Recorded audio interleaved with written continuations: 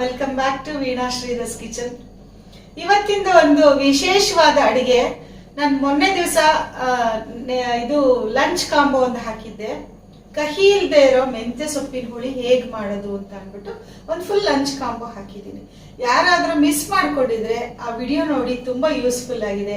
ಬರೀ ಅಡಿಗೆ ಅಲ್ದೇನೆ ನಮ್ಮ ತಾಯಿ ನಂಗೆ ಹೇಳ್ಕೊಟ್ಟಿರೋದು ಮತ್ತೆ ದೊಡ್ಡವರಿಂದ ತಿಳ್ಕೊಂಡಿರೋ ಸುಮಾರು ಅಡಿಗೆ ಮನೆ ಟಿಪ್ಸ್ ಆಗ್ಲಿ, ಹೆಲ್ತ್ ಟಿಪ್ಸ್ ಆಗ್ಲಿ, ಅಡಿಗೆ ಮನೆಯಲ್ಲೇ ಹೇಳ್ತಾ ಇರ್ತೀನಿ. ಸೊ ಖಂಡಿತ ನನ್ನ ವಿಡಿಯೋ ಫಾಲೋ ಮಾಡಿ, ಹಾಗೆ ಸಬ್ಸ್ಕ್ರೈಬ್ ಮಾಡಿ ನನ್ನ ಎನ್ಕರೇಜ್ ಮಾಡೋದ್ ಮರಿಬೇಡಿ. ಇವತ್ತಿನ ಈ ವಿಡಿಯೋನಲ್ಲಿ ನೀವೆಲ್ಲ ನೋಡ್ತಾ ಇರ್ಬೋದು, ಪ್ರಪಂಚದಲ್ಲಿ ಆಹಾರದ ವಿಷಯದಲ್ಲಿ ಎಷ್ಟು ಕೋಲಾಹಲ ನಡೀತಾ ಇದೆ ಅಂತ ಅಂದ್ಬಿಟ್ಟು ಮಕ್ಕಳುಗಳು ಕೂಡ ಔಟ್ಸೈಡ್ ಫುಡ್ಗೆಲ್ಲ ಎಷ್ಟು ಅಟ್ರಾಕ್ಟ್ ಆಗ್ತಾ ಇದ್ದಾರೆ, ಮನೆ ಫುಡ್ನ ಎಷ್ಟು ನೆಗ್ಲೆಕ್ಟ್ ಮಾಡ್ತಾ ಇದ್ದಾರೆ ಅಂತ. ನಾನು ಈ ವಿಡಿಯೋ, ನಂದು ಚಾನೆಲ್ ಉದ್ದೇಶ ಏನಂತ ಅಂದ್ರೆ ನಮ್ಮತನ ನಾವು ಉಳಿಸ್ಕೊಂಡು ಬರ್ಬೇಕು. ನಮ್ಮ ಪ್ರೊಫೆಷನ್ ಏನೇ ಆಗಿರ್ಲಿ, ನಮ್ದು ಡ್ರೆಸ್ ಔಟ್ಸೈಡ್ ನಮ್ದು ಪ್ರೊಫೆಷನ್ ತಕ್ಕಾಗೆ ಏನೇ ಆಗಿರ್ಲಿ, ಆದ್ರೆ ಮನೆಯಲ್ಲಿ ನಮ್ಮ ಪೂಜೆ, ಆಚಾರ ವಿಚಾರಗಳು, ಆಹಾರ ಪದ್ಧತಿಗಳು ನಾವು ಬಿಡ್ಲೇಬಾರ್ದು ಅಂತ ಅಂದ್ಬಿಟ್ಟು ಸ್ಟಾರ್ಟಿಂಗ್ ಇಂದ ನನ್ನ ವಿಡಿಯೋನಲ್ಲಿ ಹೇಳ್ಕೊಂಡು ಬಂದಿದ್ದೀನಿ. ನಮ್ಗೆ ಹಿಂದಿನ ಕಾಲದಲ್ಲಿ ಏನ್ ಮಾಡ್ತಿದ್ರು, ಇದು ಮೈದಾ ಗೋಧಿ ಏನು ಇರ್ಲೇ ಇರ್ಲಿಲ್ಲ. ಅಕ್ಕಿ, ಬೇಳೆ, ಕೆಲವು ಮಿಲೆಟ್ಸ್ ಇಷ್ಟು ಮಾತ್ರ ಇದ್ದಿದ್ದು. ಅದನ್ನೇ ಉಪಯೋಗಿಸ್ಕೊಂಡು ಅವರು ಸುಮಾರು ತರ ಅಡಿಗೆಗಳೆಲ್ಲ ಮಾಡ್ತಾ ಇದ್ರು. ಇವತ್ತು ನನ್ನ ವಿಡಿಯೋನಲ್ಲಿ ಆ ಉದ್ದೇಶದಿಂದನೇ ಒಂದು ಒಳ್ಳೆ ಅಡೆ ದೋಸೆ, ಅಂದ್ರೆ ಖಾರ ದೋಸೆ ಅಂತಾರೆ, ಅಡೆ ದೋಸೆ ಅಂತಾರೆ, ತೊಗರಿಬೇಳೆ ದೋಸೆ ಅಂತಾರೆ. ಈ ತರ ಒಂದು ದೋಸೆ ನಿಮ್ಗೆ ಪರ್ಫೆಕ್ಟ್ ಮೆಷರ್ಮೆಂಟ್ ಅಲ್ಲಿ ತೋರಿಸ್ಕೊಡ್ತಾ ಇದ್ದೀನಿ. ಇದರಿಂದ ನೀವು ಎಷ್ಟು ವೇರಿಯೇಷನ್ಸ್ ಮಾಡ್ಬೋದು ಒಂದು ಇದರಲ್ಲಿ ಅಂತ ಅಂದ್ಬಿಟ್ಟು ಅದು ತೋರಿಸ್ಕೊಡ್ತಾ ಇದ್ದೀನಿ. ಮುಂಚೆ ಏನಂತ ಅಂದ್ರೆ ಒಂದು ಸಲ ಒರಳಲ್ಲಿ ರುಬ್ಬಿಡೋರು ಹಿಟ್ಟು, ಪದೇ ಪದೇ ಮಿಕ್ಸಿಗೆ ಹಾಕಿ ಗ್ರೈಂಡ್ ಮಾಡಿ ಈ ಡಿಶ್ಗಿದು, ಈ ರೆಸಿಪಿಗಿದು, ಇದಕ್ಕಿದು ಅಂತ ಹಾಕ್ತಾನೆ ಇರ್ಲಿಲ್ಲ. ಒಂದೇನಾದ್ರೂ ಒಂದು ಲಂಸಮ್ ಆಗಿ ಒಂದ್ ಸ್ವಲ್ಪ ಗ್ರೈಂಡ್ ಮಾಡ್ಕೊಳ್ಳೋರು. ಆ ಗ್ರೈಂಡ್ ಮಾಡ್ಕೊಂಡಿದ್ರಲ್ಲೇ, ಇಲ್ಲ ಒಂದ್ಸಲ ಬೇಳೆ ತರಕಾರಿ ಬೇಳೆ ಬೇಯಿಸ್ಕೊಂಡಿರೋರು, ಆ ಬೇಳೆ ಬೇಯಿಸ್ಕೊಂಡಿದ್ರಲ್ಲೇ ಸುಮಾರು ವಿಧವಾದ ಅಡಿಗೆಗಳು ಮಾಡ್ತಾ ಇದ್ರು. ಅಡಿಗೆ ಒಂದು ಟಿಪ್ಸ್, ಒಂದು ಚುಚ್ಚು ಚಿಕ್ಕದ ನಮ್ಗೆ ಒಂದು ನಾವು ಮೈಗೂಡಿಸ್ಕೊಂಡ್ಬಿಟ್ರೆ ಒಂದೇ ಇಂಗ್ರೀಡಿಯೆಂಟ್ಸ್ ಅಲ್ಲಿ ಅಡಿಗೆಗಳು ಮಾಡ್ಬೋದು. ಅದೇ ಉದ್ದೇಶದಲ್ಲಿ ನಾನು ಇವತ್ತು ಈ ಹಿಟ್ಟಲ್ಲಿ ಎಷ್ಟು ತರ ನಮ್ ಹಿಂದಿನ ಕಾಲದಲ್ಲಿ ಅಡಿಗೆಗಳು ಮಾಡ್ತಾ ಇದ್ರು ಅಂತ ಅಂದ್ಬಿಟ್ಟು ತೋರಿಸ್ಕೊಡ್ತೀನಿ ಬನ್ನಿ. ಈ ಮಸಾಲಾ ದೋಸೆ, ಮಸಾಲೆಗಳೆಲ್ಲ ಹಾಕಿರೋ ದೋಸೆ ಹೇಗ್ ಮಾಡ್ಬೇಕು ಅಂತ, ಹಾಗೆ ಇಂಗ್ರೀಡಿಯೆಂಟ್ಸ್ ಏನೇನ್ ಬೇಕು ಅಂತ ಅಂದ್ಬಿಟ್ಟು ನಾನು ನಿಮ್ಗೆ ತೋರಿಸ್ತೀನಿ. ನಾನು ಇದೇ ಕಪ್ ಮೆಜರ್ಮೆಂಟ್ ನಾನು ಅಳ್ಕೊಂಡಿರೋದಿದ್ದು. ಇದರಲ್ಲಿ 3 ಲೋಟ ನಾನು ನಾರ್ಮಲ್ ದೋಸೆ ಅಕ್ಕಿ ಎಳ್ಕೊಂಡಿದ್ದೀನಿ ನೋಡಿ. ಇದರಲ್ಲಿ 3 ಲೋಟ ದೋಸೆ ಅಕ್ಕಿ, ಮತ್ತೆ 1 ಲೋಟ ಕುಸುಬ್ಲಕ್ಕಿ. ನೀವು ಕುಸುಬ್ಲಕ್ಕಿ ಇಲ್ಲ ಅಂತ ಅಂದ್ರೆ ಇಡ್ಲಿ ರೈಸ್ ಯೂಸ್ ಮಾಡ್ಬೋದು ನೀವು. ಹಾಗೆ 1 ಲೋಟ ತೊಗರಿಬೇಳೆ. ಇದು 3, ಇದು 1, ಇದು 1 ತೊಗರಿಬೇಳೆ 1 ಲೋಟ. ಹಾಗೆ 1 ಚಿಕ್ಕ ತೆಂಗಿನಕಾಯಿ ತುರಿ ಹಾಕಿದ್ದೀನಿ. ಅಂದ್ರೆ ಈ ಲೋಟದಲ್ಲಿ 2 ಲೋಟ ತೆಂಗಿನಕಾಯಿ ತುರಿ ಬರುತ್ತೆ. ಹಾಗೆ ಇದಕ್ಕೆ ತಕ್ಕಂಗೆ ಬ್ಯಾಡಗಿ ಮೆಣಸಿನ್ಕಾಯಿ 4, ಖಾರದ ಮೆಣಸಿನ್ಕಾಯಿ ಒಂದು 5-6 ಹಾಕಿದ್ದೀನಿ. ಮತ್ತೆ ಹುಣಸೆ ಹಣ್ಣು ಹಾಕ್ಬೇಕು ಇದಕ್ಕೆ. 1 ಪಾವು, ಅಂದ್ರೆ ನಮ್ಮ ತಾಯಿ ಅಳತೆನಲ್ಲಿ ಹೇಳ್ತಾ ಇದ್ದೀನಿ, 1 ಪಾವು ದೋಸೆಗೆ ಹಾಕಿದ್ರೆ ಇಷ್ಟು 1 ಹಿಡಿಯಷ್ಟು ಹುಣಸೆ ಹಣ್ಣು ಹಾಕಬೇಕು ಅಂತ ಅಂದ್ಬಿಟ್ಟು ಈ ಅಳತೆನಲ್ಲಿ. ಆಮೇಲೆ 1 ಸ್ಪೂನು ಜೀರಿಗೆ, ಆಮೇಲೆ 2 ಸ್ಪೂನು ಕೊತ್ತಂಬರಿ ಬೀಜ, ಒಂದು 8-10 ಕಾಳು ಮೆಣಸು, ಮತ್ತೆ ಇಷ್ಟೇ ಬೆಲ್ಲ ಆಪ್ಷನಲ್, ಬೇಕಾದ್ರೆ ಹಾಕೋಬೋದಿಲ್ಲದೆ ಇದ್ರಿಲ್ಲ. ಆದ್ರೆ ಹುಣಸೆ ಹಣ್ಣು ಬಿದ್ದಾಗ ಬೆಲ್ಲನೂ ಹಾಕಿದ್ರೆ ಏನಾಗುತ್ತಂತ ಅಂದ್ರೆ, ಮತ್ತೆ ಬೆಲ್ಲ 2 ಬಿದ್ರೆ ಪಿತ್ತ ಶಮನ ಆಗುತ್ತೆ. ಯಾವಾಗ್ಲೂ ಅಷ್ಟೇ. ಅದಕ್ಕೆ ರಸಮಲ್ಲಿ ಎಲ್ಲ ತಿಳಿಸಾರಲ್ಲಿ ಒಂದ್ ಸ್ವಲ್ಪ ಬೆಲ್ಲ ಹಾಕ್ಬೇಕು ಅಂತ ಹೇಳ್ತಾರೆ. ತಲೆ ಸುತ್ತು ಬರ್ತಾ ಇದ್ರೆ, ಒಂಥರ ವಾಮಿಟಿಂಗ್ ಸೆನ್ಸೇಷನ್ ಇದ್ರೆ ಈ ಬೆಲ್ಲ ಮತ್ತೆ ಹುಣಸೆಹಣ್ಣಿನ ನೀರು ಬಹಳ ಉಪಯುಕ್ತ ಆಗುತ್ತೆ. ಅದರಿಂದ ನಮ್ದು ಆಲ್ಮೋಸ್ಟ್ ರೆಸಿಪಿಗಳಲ್ಲೆಲ್ಲ ಅಥೆಂಟಿಕ್ ಹಳೆ ಕಾಲದ ಅಡಿಗೆಗಳೆಲ್ಲ ಹುಣಸೆಹಣ್ಣು ಹಾಕಿದ್ರೆ ಒಂಚೂರು ಬೆಲ್ಲ ಹಾಕ್ತಾರೆ. ಇದು ನಿಮಗೆ ಗೊತ್ತಿರ್ಬೋದು. ಅದಕ್ಕೆ ರೀಸನ್ ಏನಂದ್ರೆ ಪಿತ್ತ ಹೊಡೆಯುತ್ತೆ ಅಂತ ಅಷ್ಟೇನೆ. ನಾನು ರೆಗ್ಯುಲರ್ ಆಗಿ ಯೂಸ್ ಮಾಡೋದು ಇದು, ನಮ್ಮ ಮನೆ ಕೆಲಸದವ್ರು ನಾರ್ತ್ ಕರ್ನಾಟಕದವ್ರು ಇದ್ದಾರೆ, ಅವ್ರ ಹತ್ರ ಒರಳಲ್ಲಿ ಒಡೆದಿರೋ ಬೇಳೆ, ತೊಗರಿ ಬೇಳೆ ತರಿಸ್ಕೊಂಡು ನಾನು ಯೂಸ್ ಮಾಡೋದು. ಹಾಗೆಯೇ ಅವರು ನುಚ್ಚು ಬಂದ್ಬಿಟ್ಟಿರುತ್ತಲ್ವ ಕೈನಲ್ಲಿ ಬೀಸಿದಾಗ, ಸೊ ನುಚ್ಚು ತಂದು ಕೊಟ್ಟಿದ್ರು ನನಗೆ. ನುಚ್ಚು ಸೇಮ್ ಬೇಳೆ ಮೆಜರ್ಮೆಂಟಲ್ಲಿ ತೊಗರಿ ನುಚ್ಚು ಹಾಕಿದ್ದೀನಿ, ಇದರಲ್ಲಿ ನುಚ್ಚಿತ್ತು ಅದನ್ನು ಹಾಕಿದ್ದೀನಿ. ಹಾಗೆ ಅಕ್ಕಿ ಮತ್ತು ಕುಸುಬ್ಲಕ್ಕಿ ಎರಡೂ ನೆನೆಸಿ ಎಲ್ಲ ತೊಳೆದು ಇಟ್ಟಿದ್ದೀನಿ ರೆಡಿಯಾಗಿ. ನಾನು ಇಂಗ್ರೀಡಿಯೆಂಟ್ಸ್ ಎಷ್ಟೆಷ್ಟು ಹಾಕಬೇಕು ಅಂತ ನಿಮ್ಗೆ ಆಲ್ರೆಡಿ ಎಲ್ಲ ಅಳತೆ ನಾನು ತೋರಿಸಿದ್ದೀನಿ ಪರ್ಫೆಕ್ಟಾಗಿ.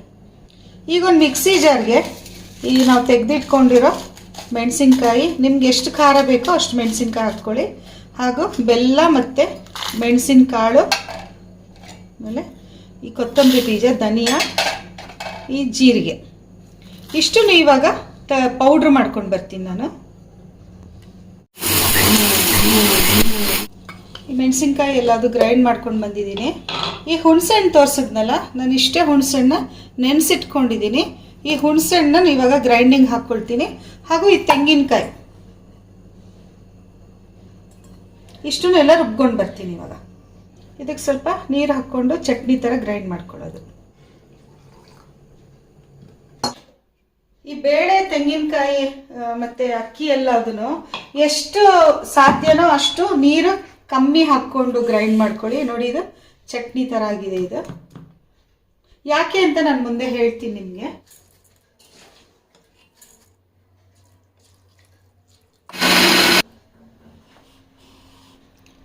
ನೋಡಿ, ಇವಾಗ ಇದು ಸಣ್ಣ ರವೆ, ಚಿರೋಟಿ ರವೆಗಿಂತ ಸಣ್ಣ ರವೆ ಆಗಿ ಥರ ರುಬ್ಕೊಂಡ್ರೆ ಚೆನ್ನಾಗಿ ಬರುತ್ತೆ, ಕ್ರಿಸ್ಪಿಯಾಗಿ. ಈವನ್ ಬೇಳೆ ಕೂಡ ತುಂಬ ನೈಸ್ ಮಾಡಬಾರ್ದು.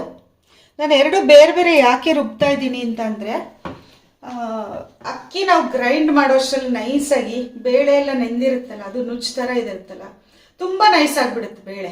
ಆ ಬೇಳೆನೂ ಕೂಡ ಒಂಚೂರು ನಾನು ಇವಾಗ ಅಕ್ಕಿ ಅವ್ರ ಹದದಲ್ಲಿ ರುಬ್ಬೇಕು ಅಂತ ತೋರಿಸಿದ್ನಲ್ಲ, ಚಿರೋಟಿ ರವೆಗಿಂತ ಚಿಕ್ಕದಾಗಿ, ಹಾಗೆ ಬೇಳೆನೂ ರುಬ್ಕೊಳ್ಬೇಕು. ನೀವು ಅಕ್ಕಿ ಬೇಳೆ ಒಂದೇ ಸಲ ಎಲ್ಲ ಹಾಕಿ ಒಂದೇ ಸಲ ರುಬ್ಬೋದಲ್ಲ ಅಂದರೆ ಅದು ಟೇಸ್ಟೇ ಕಂಪ್ಲೀಟ್ ಚೇಂಜ್ ಆಗುತ್ತೆ, ಮತ್ತು ಆ ಟೆಕ್ಸ್ಚರು ಬರೋದಿಲ್ಲ. ಅದಕ್ಕೆ ಯಾವಾಗಲೂ ಒಂದು ಚಿಕ್ಕ ಚಿಕ್ಕ ವಿಷಯಗಳನ್ನು ಅಡುಗೆ ಮನೇಲಿ ನಾವು ಫಾಲೋ ಮಾಡಬೇಕು. ಹಾಗೆ ಕೆಲವರು ಅಡುಗೆ ಮಾಡಬೇಕಾದ್ರೆ ಎಲ್ಲ ನೆನೆ ಹಾಕೋದು ರುಬ್ಬೋದು ಅಂತ ಹೇಳ್ತಾರೆ. ಖಂಡಿತ ಆಗಲ್ಲ. ಒಂದೊಂದು ಡಿಶ್ಗಳಿಗೂ ಒಂದೊಂದು ಥರ grind ಮಾಡೋದಿರುತ್ತೆ.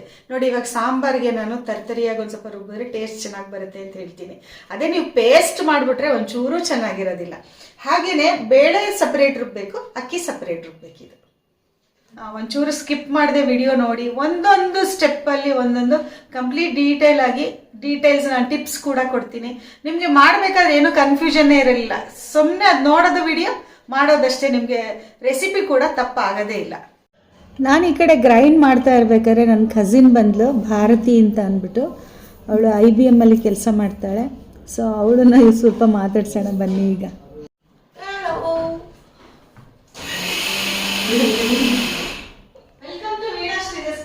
Thank you.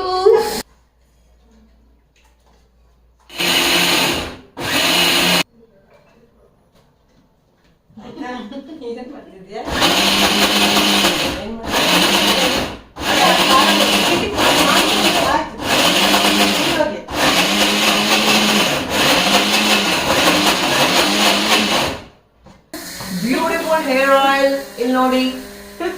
This is the result. 9, 1, 2, 3, 4, 5, 6, 7, 8. ಆಮೇಲೆ 4 ಡೇಸ್ಗೆ ಹೇರ್ ಡೈ ಮಾಡ್ತಾ ಇದ್ದೆ. ಫುಲ್ 15 ಡೇಸ್ ತನಕ ಮಾಡಲ್ಲ. Thanks to Veena, thank you so much. ಇದೆಲ್ಲ ಮಿಕ್ಸ್ ಮಾಡಿದ್ದೀನಿ. ಆದಷ್ಟು ಗಟ್ಟಿಗೆ ರುಬ್ಕೊಳ್ಬೇಕು. ನೋಡಿ, ಇಷ್ಟು ಗಟ್ಟಿ ಇದೆ. ಈ ಗಟ್ಟಿಗೆ ರುಬ್ಕೊಂಡ್ರೆ ನಾವು ಎಲ್ಲ ರೆಸಿಪೀಸ್ಗೂ ಯೂಸ್ ಮಾಡೋಕ್ಕೆ ಸರಿ ಹೋಗುತ್ತೆ. ಇದು ಫರ್ಮೆಂಟೇಷನ್ ಆಗಬೇಕು, 8 hours ಫರ್ಮೆಂಟೇಷನ್ ಆಗಬೇಕು. ಆಮೇಲೆ ನಿಮಗೆ ಬೇರೆ ಅಡೆ ಥರನಾಗಲಿ ಬೇರೆ ಥರ ಏನಾದರೂ ಮಾಡೋದಕ್ಕಾಗುತ್ತೆ. ಅದಕ್ಕಿಂತ ಮುಂಚೆ ನಾನಿವಾಗ ಈ ಫರ್ಮೆಂಟೇಷನ್ ಆಗೋಕ್ಕಿಂತ ಮುಂಚೆ ಏನೇನು ರೆಸಿಪೀಸ್ ಮಾಡ್ಬೋದು ಅಂತ ನಾನು ನಿಮಗೆ ತೋರಿಸ್ತೀನಿ ಬನ್ನಿ. ಅದೇ ಹೇಳೋದ್ನಲ್ಲ, ಒಂದೇ ಹಿಟ್ಟಲ್ಲಿ ತುಂಬ ಥರ ಅಡುಗೆಗಳಂದರೆ ಒಂದು ಕಲ್ಲಲ್ಲಿ ಹಲವಾರು ಮಾವಿನಕಾಯಿಗಳು. ಇದು ಕಂಟೈನರ್ಗೆ ನಾನು ಸಪ್ರೇಟ್ ಒಂದು 4-5 ಸೌಟ್ ತೊಗೊಳ್ತೀನಿ. ಈ ಅಕ್ಕಿ ಇದನ್ನು ಮಿಕ್ಸ್ಚರ್ನ ಇನ್ನು ಸಾಲ್ಟ್ ಹಾಕಿಲ್ಲ ಇದಕ್ಕೆ. ಸಾಲ್ಟ್ ನಾವು ಬೇಕಾದಾಗ ಎಷ್ಟೆಷ್ಟು ಬೇಕೋ ಅಷ್ಟೆಷ್ಟೇ ಹಾಕ್ಕೊಂಡ್ರೆ ಒಳ್ಳೆಯದು. ಇದಕ್ಕೆ ಇವಾಗ ರುಚಿಗೆ ತಕ್ಕಷ್ಟು ಉಪ್ಪು, ಎಣ್ಣೆ ಕಾಯಕ್ಕಿಟ್ಟಿದ್ದೀನಿ. ಇವಾಗ ನಮಗೆ ಪೂರಿ ಹಿಟ್ಟಿಗೆ ಇದು ಸ್ವಲ್ಪ ಗಟ್ಟಿ ಇದೆ, ಇದಕ್ಕೆ ಸ್ವಲ್ಪ ನೀರು ಮಿಕ್ಸ್ ಮಾಡ್ಕೊಳ್ತೀನಿ.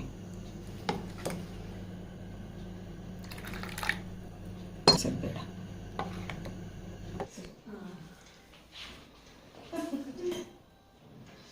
ಸೊ ಇವಾಗ ನನ್ನ ಸಬ್ಸ್ಕ್ರೈಬರ್ ಫ್ರೆಂಡ್ ಸುರಭಿ ಬಂದಿದ್ದಾರೆ ಮನೆಗೆ. ಇವರು ಇದೇ ಫಸ್ಟ್ ಟೈಮ್ ಅಲ್ಲ, ಆಗ್ಲೇ ಒಂದು 4-5 ಸಲ ಬಂದಿರ್ಬೋದಲ್ಲ. 4-5 ಸಲ ಬಂದಿದ್ದಾರೆ. ಅವ್ರ ಮಗ ಇವನು ಫಸ್ಟ್ ಟೈಮ್ ಅಲ್ಲಪ್ಪ.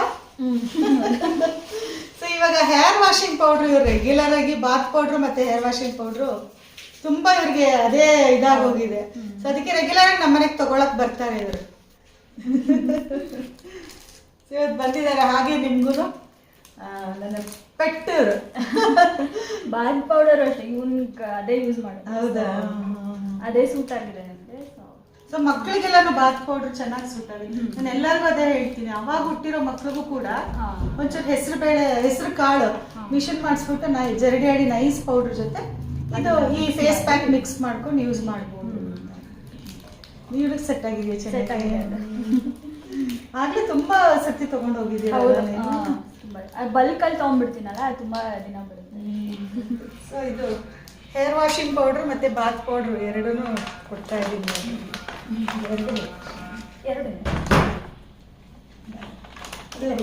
ಬ್ಯಾಗ್ ತಂದಿರೋದು.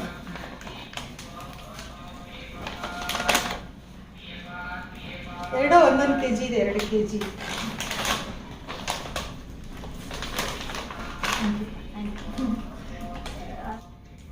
ಸಾಕ ಚಾಕ್ಲೇಟ್? ಸಾಕಾ? ಇದು ಇವಾಗ ಗ್ರೈಂಡ್ ಮಾಡಿರೋದಲ್ವಾ, ಅಷ್ಟು ಫ್ಲಫಿಯಾಗಿ ಇರಲ್ಲ. ಆ ಥರ ನಿಮಗೆ ಬೇಕು ಅಂತಂದರೆ ಒಂಚೂರು ಅಡುಗೆ ಸೋಡಾ ಬೆರೆಸ್ಕೊಳ್ಬೋದು. ಎಣ್ಣೆ ಚೆನ್ನಾಗಿ ಕಾದಿದೆ. ಈ ಚಿಕ್ಕ ಸೌಟಲ್ಲಿ 1 ಸೌಟ್ ಹಾಕ್ತೀನಿ ಅಷ್ಟೇ. ಇಲ್ಲಿ ಪೂರಿ ಉಬ್ಬಿದಂಗೆ ಹೆಂಗೆ ಉಬ್ಬುತ್ತೆ. ಇದು ಟಿಫಿನ್ ಬಾಕ್ಸ್ಗೂ ಕೊಡ್ಬೋದು ಮಕ್ಕಳಿಗೆ, ಬೆಳಗ್ಗೆ ಬ್ರೇಕ್ಫಾಸ್ಟ್ಗೂ ಕೂಡ ಮಾಡ್ಬೋದು. ಈ ಹಿಟ್ಟು ಒಂದ್ಸತಿ ಗ್ರೈಂಡ್ ಮಾಡಿಕೊಂಡ್ರೆ ಸುಮಾರು ಅಡುಗೆಗಳು ಮಾಡ್ಬೋದು ನೀವು.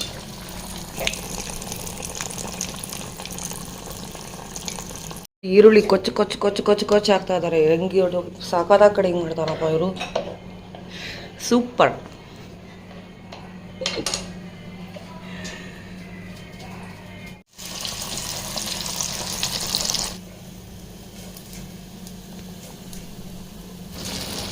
ಟೋಪಿ ತರ ಕಂಡಲ್ಲ. ಸ್ವಲ್ಪ ನೋಡಿ, ಇವಾಗ ಖಾರದ್ದು ಪೂರಿ ಆಯ್ತು ಅದೇ ಹಿಟ್ಟಲ್ಲಿ. ಇವಾಗ ಒಂದು ಸ್ನ್ಯಾಕ್ಸ್ ಐಟಮ್ ನಾನು ನಿಮ್ಗೆ ತೋರಿಸ್ತೀನಿ, ಬನ್ನಿ. ಭಾಳ ಈಸಿ. ಯಾರಾದರೂ ಮನೆಗೆ ಬಂದಾಗ ಇದೆಲ್ಲದೂ ನಾನು ಮಾಡ್ತಾ ಇರೋದು ಫರ್ಮೆಂಟೇಷನ್ ಆಗೋಕ್ಕಿಂತ ಮುಂಚೆ. ಇದೊಂದು ಈರುಳ್ಳಿ ಪಕೋಡ ಮಾಡೋಣ ಅಂತ ಅಂದ್ಕೊಂಡು ಇದಕ್ಕೆ ಸಣ್ಣದಾಗಿ ಸ್ಲೈಸ್ ಮಾಡಿರೋ ಆನಿಯನ್ ಎಲ್ಲ ಕಿವುಚ್ಕೊಂಡು ಬಿಡಿ ಬಿಡಿ ಮಾಡ್ಕೊಂಡ್ಬಿಟ್ಟಿದ್ದೀನಿ ನೋಡಿ, ಪುಡಿ ಪುಡಿಯಾಗಿದೆ. 2 ಹಸಿಮೆಣಸಿನ್ಕಾಯಿ ಕಟ್ ಮಾಡ್ಕೊಂಡಿರೋದು, ಒಂದು ಸ್ವಲ್ಪ ಕೊತ್ತಂಬರಿ ಸೊಪ್ಪು ಮತ್ತು 2 ಸ್ಪೂನ್ ಅಷ್ಟೇ, ಜಾಸ್ತಿ ಹಾಕಬಾರ್ದು. ಫಸ್ಟ್ 1 ಸ್ಪೂನ್ ಹಾಕ್ಕೊಂಡು ನೋಡ್ತೀನಿ. ಸಾಲ್ಟ್ ಹಾಕಿಲ್ಲ ಇದಕ್ಕೆ. ಸ್ವಲ್ಪ ಉಪ್ಪು, ನೀವು ಬೇಕಾದರೆ ಆನಿಯನ್ ರಿಂಗ್ಸ್ಗೆ ಫಸ್ಟ್ ಉಪ್ಪು ಹಾಕಿ ಕಿವುಚ್ಕೊಂಡು ಬಿಡ್ಬೋದು. ಅದಿನ್ನೂ ಉಪ್ಪು ಚೆನ್ನಾಗಿ ಎಲ್ಲ ಕಡೆನೂ ಡಿವೈಡ್ ಆಗುತ್ತೆ. ಇವಾಗ ಇದನ್ನು ಕಲಿಸ್ತೀನಿ. ಜಾಸ್ತಿ ಹಿಟ್ಟಿರಬಾರ್ದು, ಒಂದು ಸ್ವಲ್ಪ ಆನಿಯನ್ಗೆ ಕೋಟಿಂಗ್ ಥರ ಆಗಬೇಕಷ್ಟೆ. ನೋಡಿ, ಇವಾಗ ಸುಮ್ಮನೆ ಹಿಟ್ಟು ಇದ್ರ ಮೇಲೆ ಕೋಟ್ ಆಗಿದೆ ಅಷ್ಟೇ. ಎಣ್ಣೆ ಕಾದಿದೆ. ನೀವು ಬೇಕಾದರೆ ಉದುರಿಸ್ಬೋದು, ಯಾವ ಥರ ಬೇಕಾದರೂ ಮಾಡ್ಬೋದು.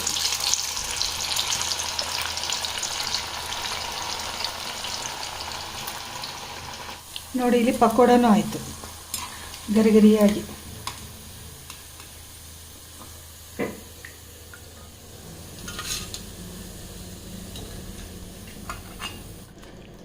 ಇನ್ನೊಂದು ಸ್ವಲ್ಪ ಹಿಟ್ಟು ಹಾಕ್ಕೊಂಡೆ ಇದಕ್ಕೇನೆ. ಇವಾಗ ಸುಮ್ಮನೆ ಹೀಗೆ ರೌಂಡ್ ಪಕೋಡ. ಅಂದರೆ ನಾನು ವೇರಿಯೇಷನ್ಸ್ ನಿಮಗೆ ತೋರಿಸ್ತಿರೋದು. ಸುಮಾರು ಜನ ಗೊತ್ತಿರ್ಬೋದು, ಗೊತ್ತಿಲ್ಲದೆ ಇರ್ಬೋದು. ಬಟ್ ಬಿಗಿನರ್ಸ್ಗಂತೂ ಭಾಳ ಹೆಲ್ಪ್ ಆಗುತ್ತೆ ಇದು.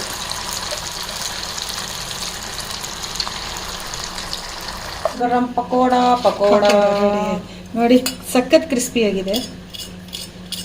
ಸೌಂಡ್ ನಿಮಗೆ ಕೇಳಿಸ್ತಿರ್ಬೋದು. ತುಂಬ ಟೇಸ್ಟಿಯಾಗೂ ಇರುತ್ತೆ. ಇದು ಪಕೋಡನೂ ಆಯಿತು. ಟೈಮ್ ಬೀಯಿಂಗ್ ಮಾತ್ರ ಭಾಳ ಚೆನ್ನಾಗಿ ಇದು ಯೂಸ್ ಆಗುತ್ತೆ.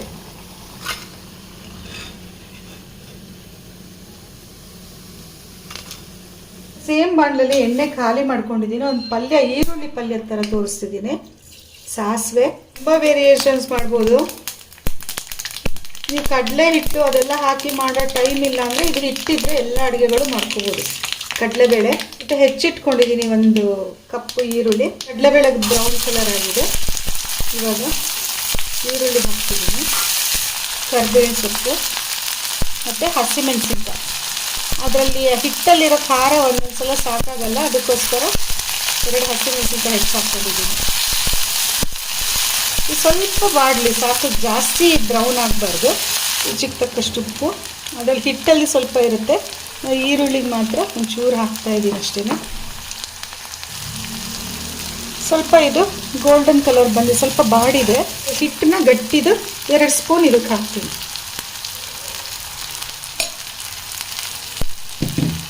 ಸ್ವಲ್ಪ ಹೊತ್ತು ಹಾಗೆ ಇರಲಿ ಅದು.